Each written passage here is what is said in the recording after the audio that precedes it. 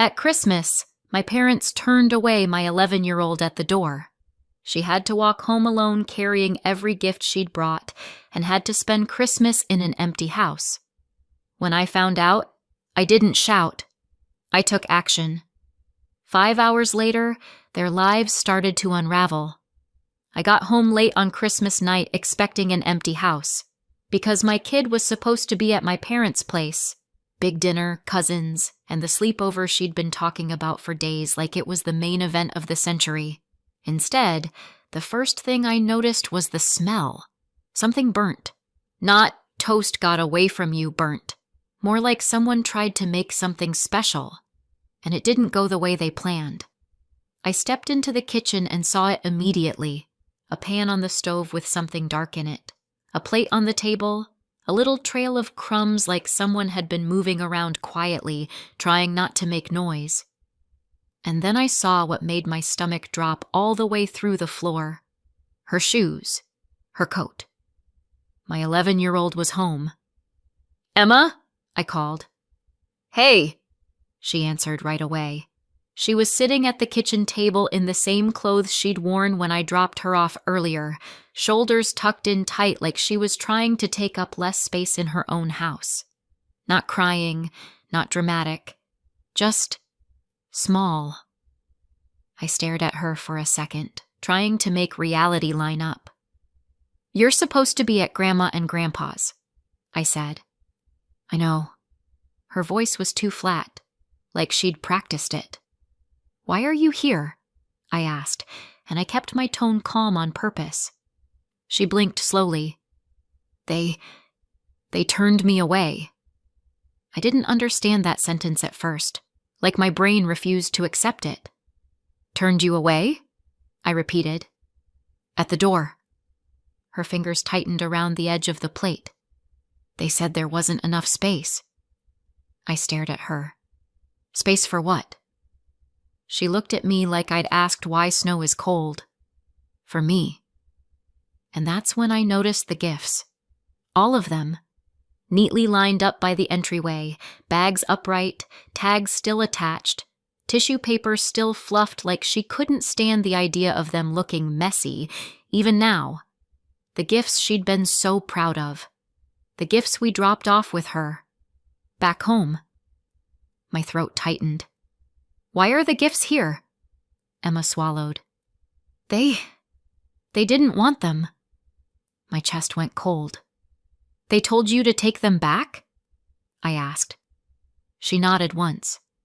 I looked at her face, trying to keep mine steady, and asked the question that really mattered. "Why didn't you call me?" Her eyes flicked down. "My phone had died," she whispered. "I asked Grandma if I could use theirs. Like, the house phone." "And?" I asked, even though I already knew. "She said no," Emma said, and her voice cracked on the last word. "She said it would just make it harder. And you were busy." "Busy.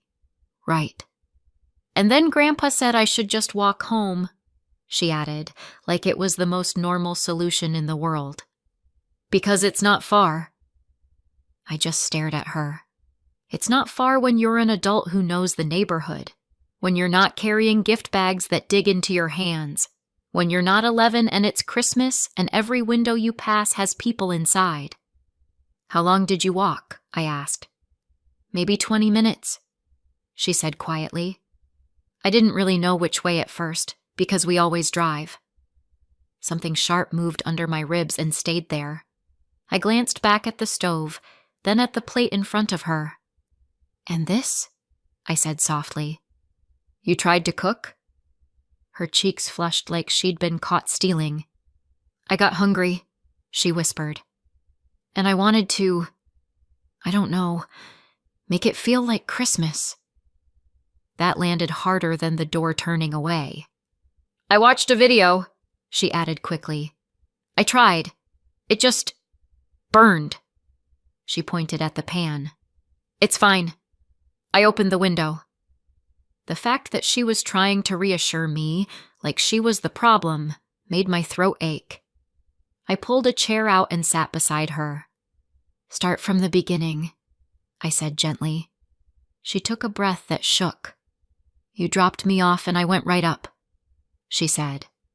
Like you told me. I nodded. Grandma opened the door and Emma's eyes slid away. Looked surprised. Like she forgot I was coming. My jaw tightened. Then Aunt Dana said, "Oh. Just, oh." Emma's mouth twisted. And Grandma said it was a full house. Not enough chairs. What about the cousins? I asked, already bracing. They were inside, she whispered. They could see me. She swallowed hard and pushed through anyway. Logan laughed and said my dress looked like a curtain. The word curtain came out bitter. And nobody stopped him? I asked carefully. Emma shook her head. Grandpa said, "Let's not start drama." I let out a short breath through my nose because dry humor is what happens when rage is too big to hold. Right, because letting an 11-year-old come inside would have been a real scene. Emma gave a tiny, miserable half-smile. It disappeared immediately. I tried to give Grandma her gift, she whispered. The one I made. My eyes snapped to her. The ornament? She nodded, and tears finally slipped out like her face got tired of pretending. I put her name on it, she said, and she didn't even touch it. She just said, "Not now." A sob hit her like a hiccup. She turned her face away fast, embarrassed by her own feelings like she was the one being inappropriate. I slid my arm around her shoulders and pulled her close. She leaned into me immediately, like she'd been holding herself upright on stubbornness alone. "I'm sorry," she whispered into my sweater. "No," I said, steady. "You don't apologize for this." She sniffed. "I ruined Christmas." "You didn't ruin anything," I said. "They did." She wiped her face with her sleeve and stared at the plate. "I tried," she whispered. "I really tried." And that was the whole heartbreak in one sentence. She tried to create Christmas for herself in an empty house because the people who were supposed to love her decided she didn't deserve a chair. I didn't shout. I didn't call my mother and start a screaming match. Emma didn't need to hear that. She didn't need to feel like she caused a war. So I swallowed it. Every sharp word. I held Emma a little tighter. And in my head, something clicked into place. I didn't make a scene. I took action. 5 hours later, their life started to fall apart. I wish I could tell you my parents became like this overnight. It would be comforting in a way, like they caught a virus called entitlement and woke up one morning unable to recognize their own granddaughter. But this wasn't new. It just finally had the audacity to show its face in public. My sister Dana was always the favorite. Not in the subtle parents love you differently way, in the openly distributed scoreboard on the fridge way. Dana was older, louder, easier for them. She was the kid they wanted. I was the kid who showed up later like an unexpected bill. When I was little, my mother used to say things like, "You're so much work." The way some people say, "This suitcase is heavy." Not cruelly, worse. Casually, like it was a fact of nature, like needing care was a character flaw. By the time I was old enough to understand tone, I understood mine, burden. And then I got pregnant, young, unplanned. The father barely qualified as present for the part where you need an actual human being. He was around just enough to make promises and then vanish like smoke. I never walked into my parents' house and asked them to fund my life. I didn't have the energy for it. I was too busy being terrified. But they treated me like I'd already sent them an invoice. My father's first reaction was, "So what? We're supposed to pay for this?" My mother's was, "You're ruining this family." As if my pregnancy had personally set fire to their curtains. They bought me a onesie once. One. My mother held it up like she'd sponsored a small village. "See?" she told relatives. "We help her." Then she went back to her life. Dana, of course, played the part of concerned sister. She would show up with advice and disappear the second anything required actual effort. She'd cry when it made her look good. She'd talk about sacrifices she never made. I moved out. I raised Emma alone. I postponed college. I worked an office job because I needed steady hours and a paycheck that didn't bounce. I took evening classes when I could, the kind where you eat dinner out of a plastic container in your car and pretend that's normal. It wasn't glamorous. It was survival. And if I'm honest, survival suited me better than begging. The one person who didn't treat me like a mistake was my grandmother, Ruth. She never asked why I wasn't more careful. She never made me apologize for needing help. She just showed up in the ways she could. Grandma wasn't perfect. She was blunt. She was frugal to the point of comedy. She once told me, "If you buy something full price, you deserve what happens to you," like it was a moral principle. But she was love, in a family that treated love like a limited resource. As she got older, she developed leg issues, pain, weakness, the kind that makes short distances feel like mountains. She could still think clearly. She could still roast you with one sentence. But moving around became harder. And my parents? They acted like she was inconvenient. They'd call her to check in and then brag about it. They'd visit once a month, take a photo, and post it with captions like, "Family is everything." Then they'd leave and not come back. Dana was the same. If Grandma was a person, Dana forgot she existed. If Grandma was an inheritance, suddenly Dana cared deeply. I was the one who drove Grandma to appointments, the one who brought groceries, the one who learned how to help her safely so she wouldn't fall when she stood up. I even took a short caregiving course because I was tired of feeling like I was guessing with someone I loved. It saved money. It made me useful. It made Grandma feel less helpless, which mattered more than any certification. And the more time I spent with her, the more I noticed something uncomfortable. My parents treated Grandma the way they treated me, like a burden, like a task, like a thing you tolerate until you can go back to your real life. Meanwhile, Grandma helped them, financially, quietly, the way she did everything, without fanfare, without splashing it around. At some point, my parents moved into a house that everyone in the family referred to as the house Grandma gave them. That phrase became gospel.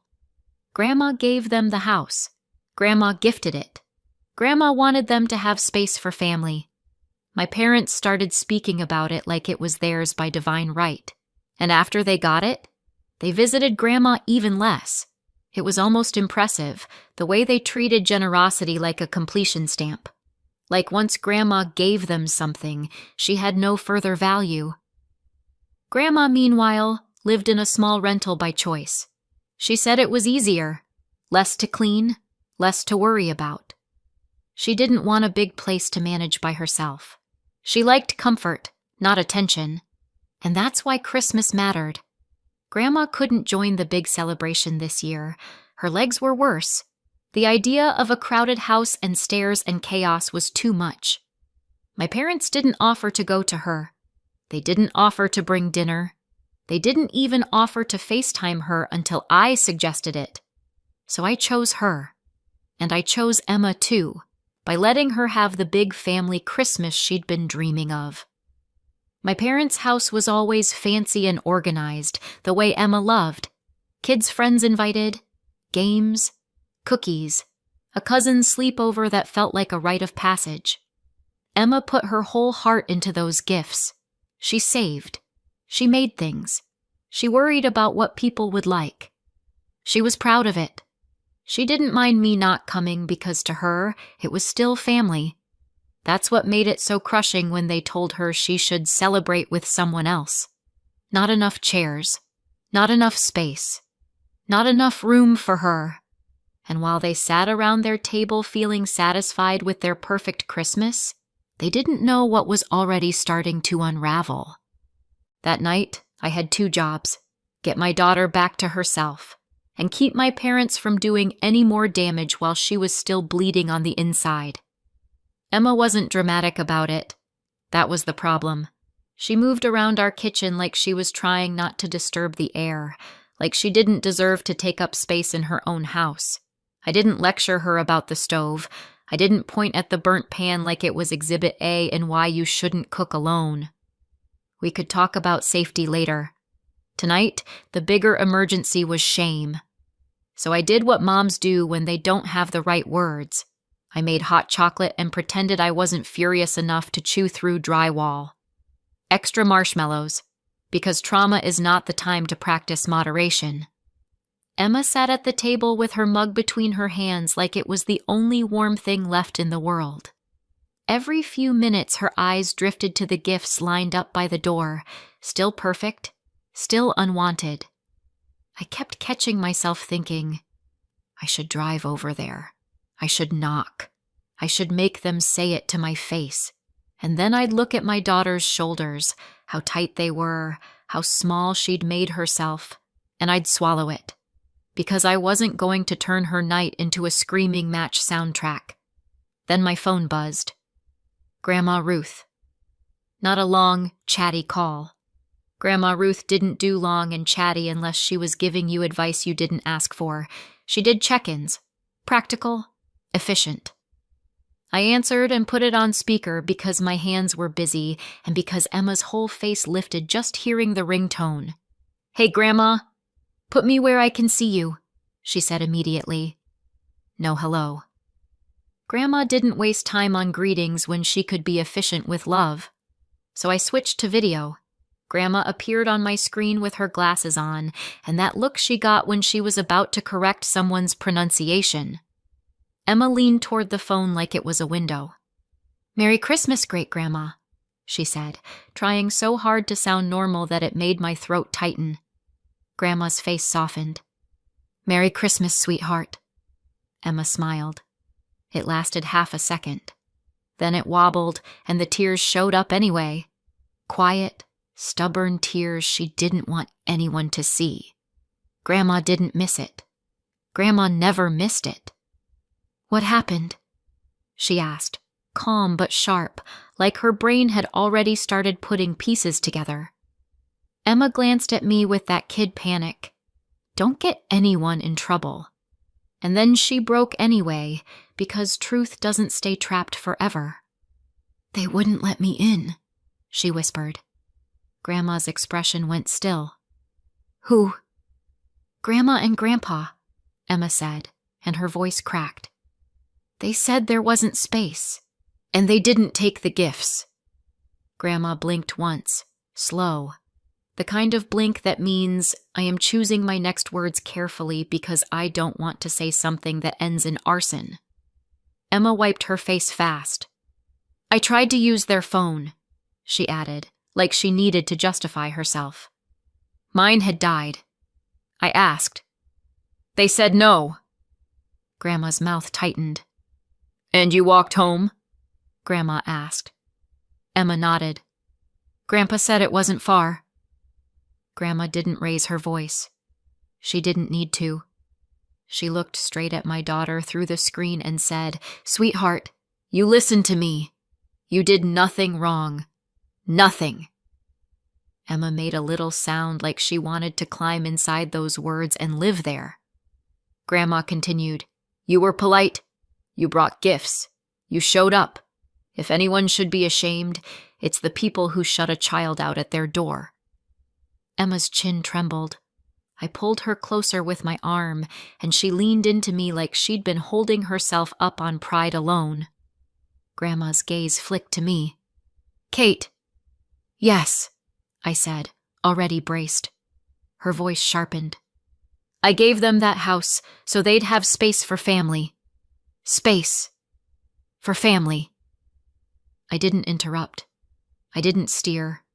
I didn't feed her lines. I just sat there, holding my child, letting Grandma connect her own dots. Grandma's eyes narrowed. And they used that space to turn my great-grandchild away. I felt my stomach drop, because when Grandma got quiet, people got consequences. I won't allow it, she said. Grandma, I started, automatically, because I wasn't trying to light a match near gasoline. No, she cut in. My legs hurt. That's all. My brain works. I know, I said softly. Grandma's voice went even calmer. I'm going to undo it. I blinked. Undo what? The house, she said. I stared at the screen. Grandma, you can't ungift a house. Grandma's lips twitched, barely. You'd be surprised what you can do when people don't read paperwork. It sounded like a riddle. It sounded like a promise.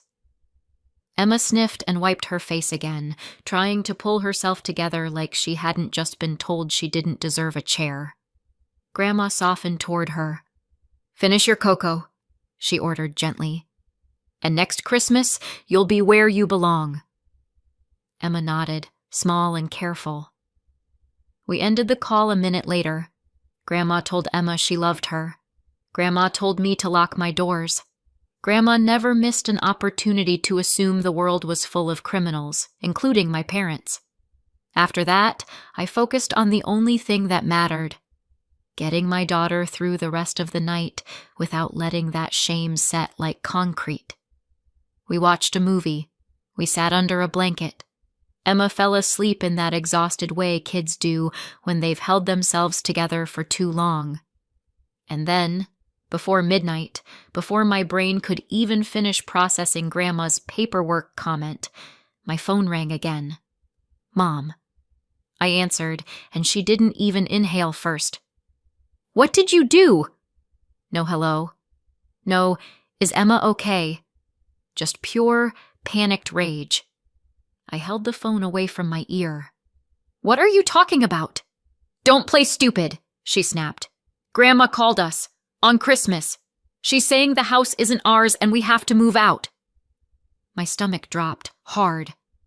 What? I said, genuinely. You think this is funny? She shrieked. While we were all celebrating, you went over there to poison her against us. I didn't. You're a snake, she spat. You've always been jealous. You've always wanted what we have. I stared at the dark kitchen, at the burnt pan, at the gifts lined up like a silent witness. I don't know what Grandma told you, I said carefully, but I didn't plan anything. I didn't even know. Oh, please, my mother snapped. You've been circling her like a vulture. Something in me went cold and clean. My daughter came home tonight, I said, low. She was turned away at your door. She walked home alone with gifts you refused to take. There was a pause, half a second of silence where I could almost hear her brain searching for a way to make that not matter. Then she hissed, Don't change topics. Of course. You excluded a child, I said. On Christmas. We didn't have enough chairs, she snapped. And she was fine. You're raising her to be dramatic, just like you.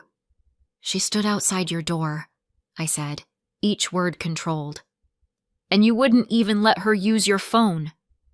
My mother's voice rose. You should have kept her with you then. You're the one who abandoned her. The audacity was almost impressive. And then she said it, like it had been sitting on her tongue for years, waiting for a reason. We should have excluded you a long time ago. Like Emma's Christmas was just collateral damage in a larger project, punishing me for existing. I said quietly, You're not going to rewrite what you did.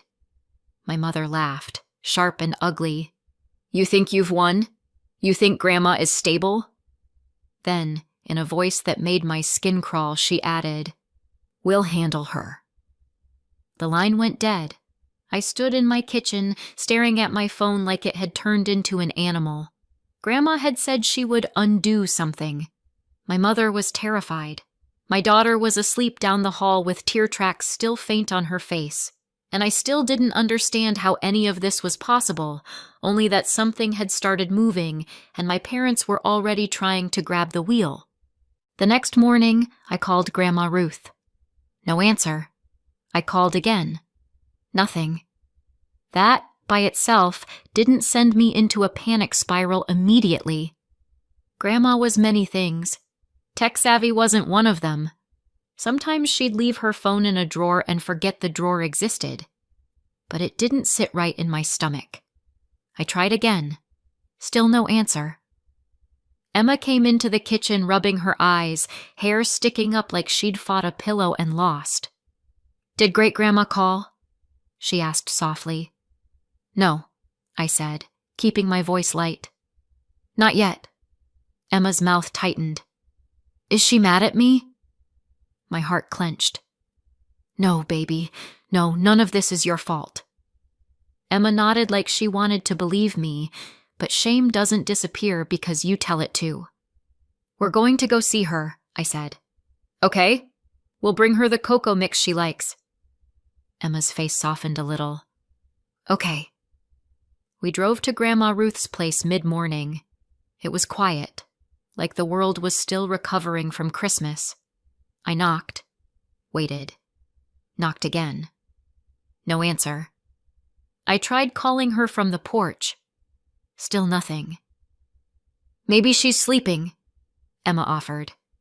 "Maybe," I said, but my hand was already moving to my keyring. Grandma had given me a spare key for emergencies, and her definition of emergency included, if I don't answer my phone and you get annoying. I unlocked the door and stepped inside. The apartment was too quiet. Not old person napping quiet. Empty quiet. I moved through the living room, calling her name. No response. Then I saw what was missing. Her wheelchair wasn't by the wall where it always was. The blanket she used every night was gone from the chair. A small bag by the door. Gone. My breath caught. Emma's voice came from behind me, small. "Where is she?"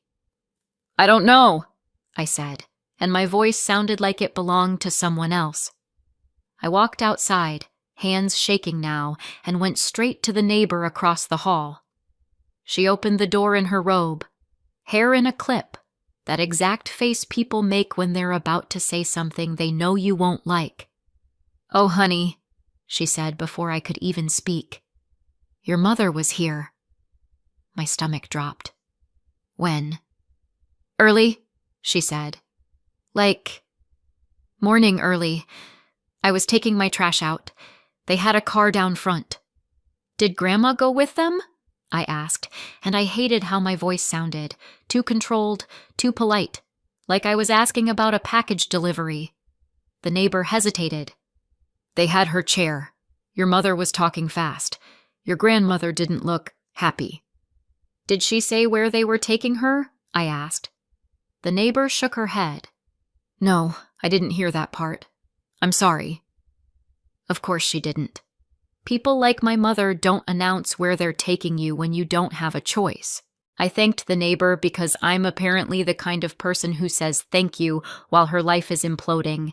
Then I walked back into Grandma's apartment and stood there for half a second, trying to decide how to breathe.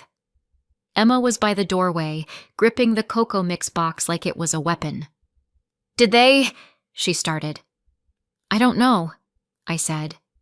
And then, because she's 11 and her brain goes places, I added immediately, "She's alive.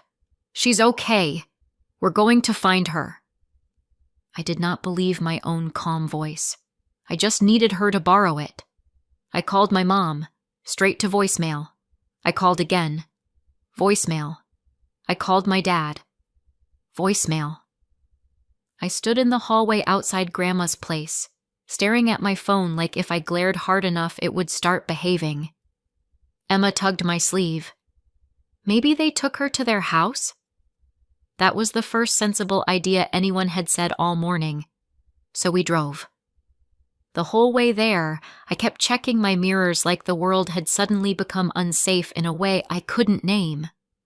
Emma sat quietly, eyes fixed on her lap, and I could feel her trying to be good so I wouldn't fall apart. When we pulled into my parents' driveway, I didn't even turn the engine off the normal way. I just killed it and got out. I knocked. Hard. My mother opened the door like she'd been expecting me, and her face was already set for battle. "Where is Grandma?" I said. Her eyes narrowed. "Lower your voice." I stared at her. "Where is Grandma?" "She's fine," my mother snapped. "And you're not barging in here to upset her." "I'm not here to argue," I said, and my voice did that cold thing it does when I'm trying not to explode in front of a child. "I'm here to see my grandmother." My mother stepped into the doorway like a bouncer. "After what you did?"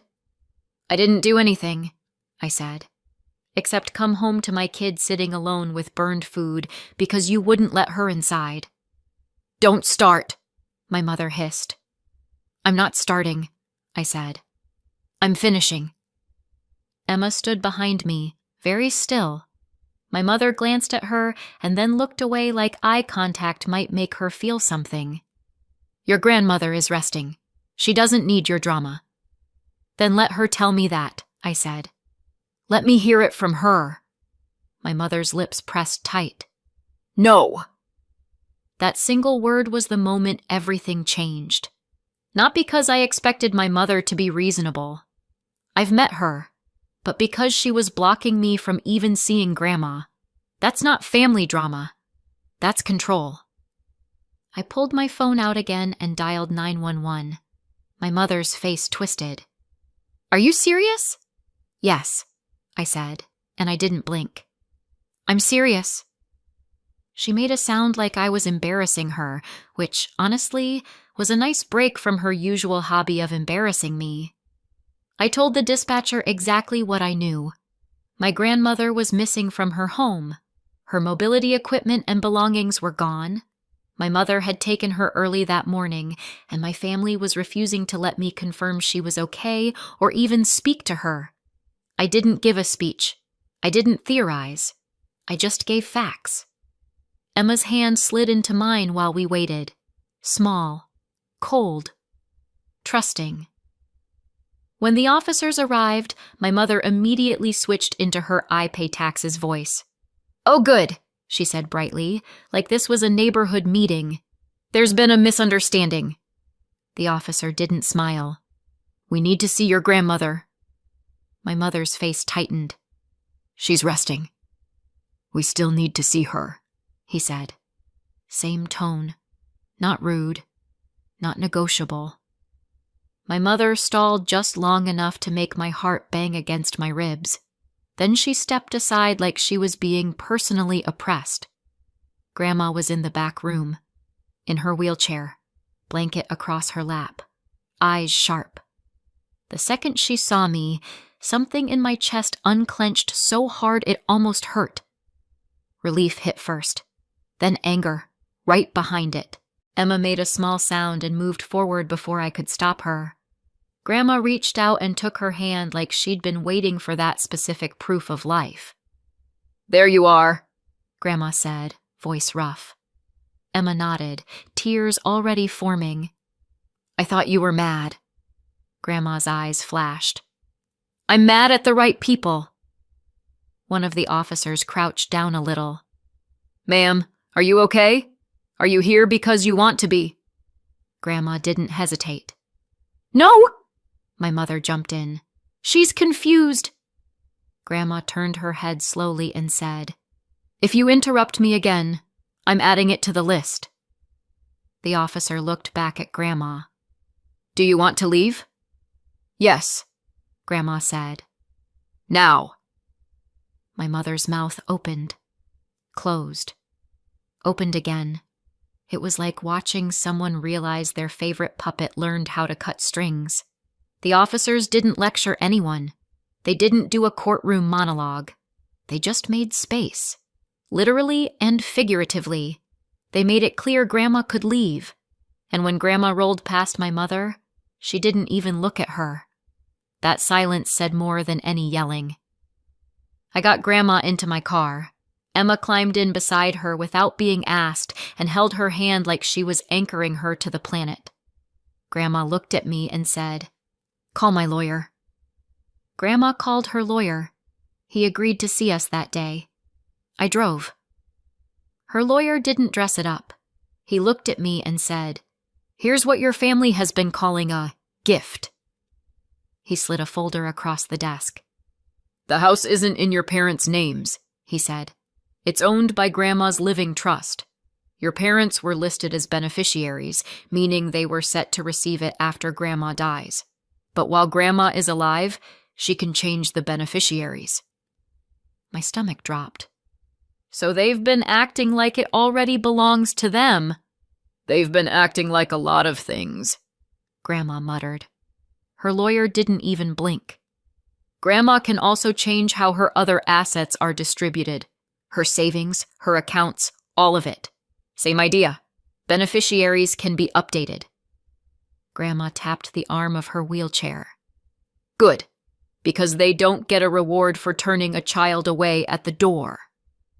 He asked Grandma a few straightforward questions, calm, respectful, just confirming she understood what she was signing and that no one was pressuring her. Grandma answered like she was personally offended the world required proof she still had a brain. Then he printed what needed printing. Grandma signed. Witnesses signed. Pages were initialed. And just like that, the names my parents thought were carved in stone weren't. My name went where theirs used to be. Emma's future was protected right alongside it, because Grandma wasn't just angry, she was deliberate. Emma sat close the whole time, quiet, holding Grandma's hand like she was afraid someone would drag her away again. When it was done, Grandma looked at her lawyer and said, "Now, I want them kept away from me." He nodded once, already reaching for another set of documents. "We'll put that in writing too, and we'll start the process to get them out of the house." Grandma turned her sharp gaze on me. "I gave them space," she said. "They used it to shrink a child." Emma's eyes filled, but this time she didn't look ashamed. She looked relieved. Grandma squeezed her fingers. "Next Christmas," she told her. "You're not standing outside anyone's door." Fast forward to next Christmas. Emma and I are in the house my parents used to call theirs. Not because I wanted some trophy, because Grandma wanted the truth reflected in paperwork. The place is worth about $350,000, and she moved in with us after everything went down. We made it actually livable for someone in a wheelchair, a ramp, wider doorways, grab bars, a bedroom on the main floor. Funny how not enough space magically turns into plenty of space when you're not using it to punish people. Grandma also had about $200,000 in savings. She changed the beneficiaries on all of it. Part went into an emergency cushion for her care. The rest went where she wanted it to go. A college fund for Emma and a future she doesn't have to beg for. My parents got exactly what they earned. Nothing. They tried calling, apologizing, blaming, switching the order, like that changes the story. I don't answer. Emma's different now. Quieter in a calmer way. Not the make myself small so I don't get rejected way. And Grandma, still sharp, still stubborn, still very pleased with herself. So tell me, did I go too far or not far enough? Let me know in the comments and subscribe for more.